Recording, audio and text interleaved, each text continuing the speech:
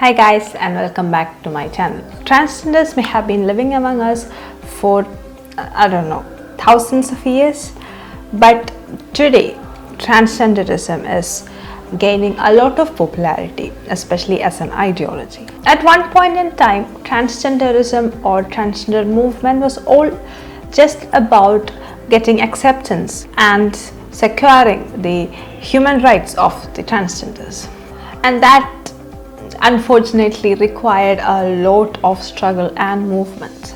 They just wanted to be accepted as a part of the society and to be included in decision making, especially when it also pertains to them.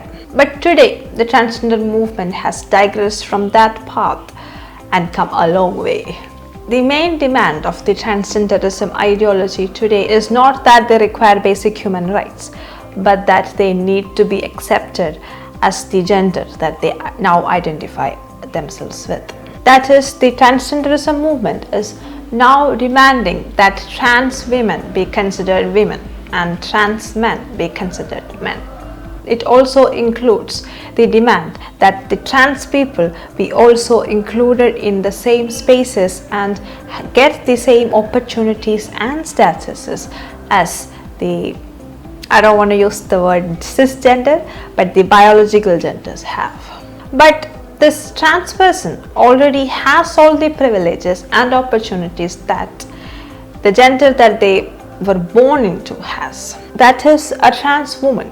That is a woman, that is a man who transitioned into a woman, has all the privileges, the body structure, the bone structure, the physical agility and stamina that a man has. And now they are demanding to be included into a woman's space.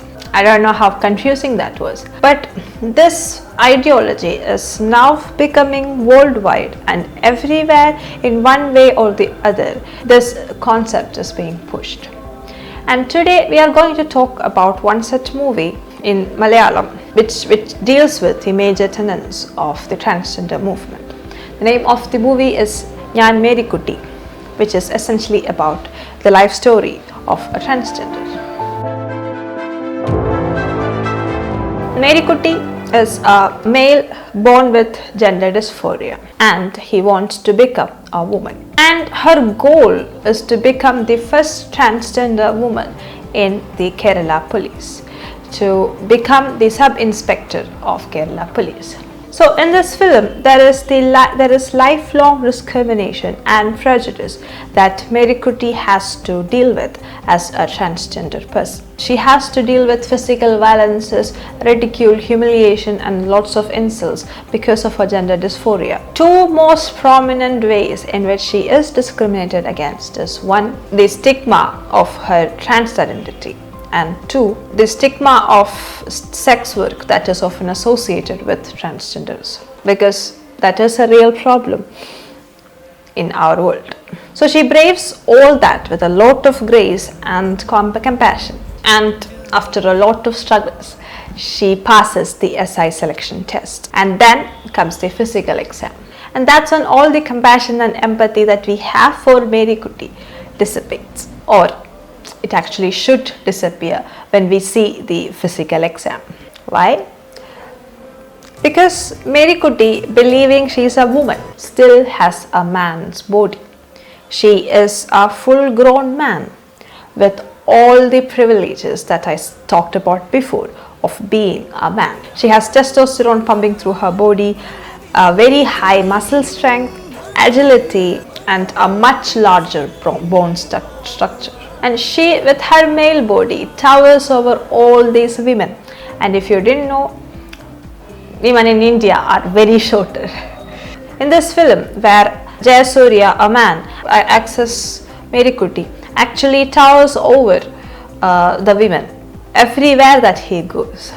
And this also happens in a bathroom where she enters, obviously being humiliated as a transgender. Marykutty is faster, stronger, and has a faster recovery rate than any woman competing with her in that physical exam. So she is bound to be at the top of that practical exam. She is bound to pass that exam in flying colors, which she does. And then in the end, as part of the acceptance that we all yearn to see, a woman comes and congratulates Marykutty on her success, which also means the erasure of this woman who is congratulating her. If you didn't know, women had to go through incredible struggles to first get out of the house and get a job, and then to get a job where men have the highest numbers or men has a greater advantage. And now a woman in a man's body is coming in and grabbing that opportunity from her. So it is quite fair to say that the success of the transgender movement is in the erasure and the dismantling the concept of womanhood and the rights of women. The argument that the transgenders always put forward to be accepted into their own genders is that they have suffered a lot of trauma and humiliation growing up as a transgender, and most of those trauma are of sexual nature. But that is not a valid reason to insist that you need to be considered as a woman. In this very famous dialogue, Marykutty says to a woman who is supposed to sign her application for the examination, "There is no difference between you and me, that is, you as a woman and me as a transgender, other than the fact that you can give birth and I can't." No, just that she is wrong. You are different from a woman more than just the fact that you can't give birth. You are different in the very composition of your DNA, and no amount of trauma can change that. I, as a woman, would be genuinely intimidated if I see a man with male genitalia in the same private space as I was in, and no amount of makeup or stereotypical women's fashion is going to change that. I, as a woman, will be crushed by an average man in any physical exam or in any physical event or sports. No matter how much I want to identify as a man, I cannot do plowing, plumbing, whatever as a man has the capability to do.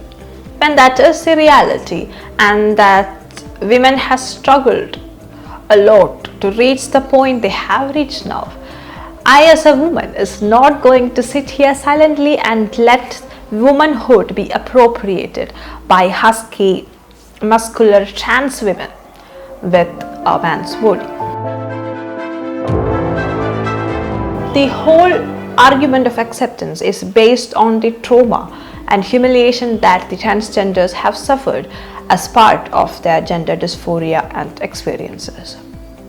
This includes sexual abuse, physical abuse, and sexual typecasting. But when transgenders talk about these things, women can in any day top all of those experiences, because we also go through enormous stuff in our day-to-day life in any society. I mean, it's still very difficult for women in many parts of the world to get into the police force, to be part of military or high-end jobs. A transgender does face a lot of sexual violence in their lives, and so do women, and men also, to be fair. That shouldn't be the thing that connects the transgenders and the trans women and puts them in the same box. Trauma shouldn't be a criterion for anything other than therapy and rehabilitation, and maybe research into mental health.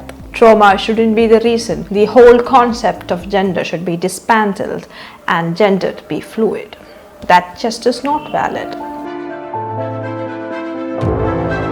It's true that it's a great thing that a transgender person can be part of police, and that is a very important message that this movie Njan Marykutty sends. And I would love to see a trans police person in any police force, but that shouldn't be done by infringing upon the rights of women. They cannot compete with women with their physical structure and ability and privileges, because if they do, they have a 200% chance of winning. That is not fair to the average woman who is also applying for the same position in the same field. In the same way, trans women no matter the arguments, cannot enter the private spaces for women. As part of their duty, will trans women now be able to pat down, inspect and accompany women? I mean, isn't that grossly inappropriate and unfair? If you ask me, so then what is the solution for the entire transgender dilemma? I honestly don't know. I just want to say that none of these things should happen by infringing upon the rights and privileges already existing to both these genders. Trans women should not be infringing upon the rights and privileges of women, and trans men should not be infringing upon the rights and liberties of men. That just shouldn't be the way that this problem is solved. I really do believe that one of the ways that we can be fair about this is to do a lot more research and have a greater understanding of what gender dysphoria is, and to not blur the line between the genders for a very small minority. What do you think should be the solution for the transgender movement and ideology?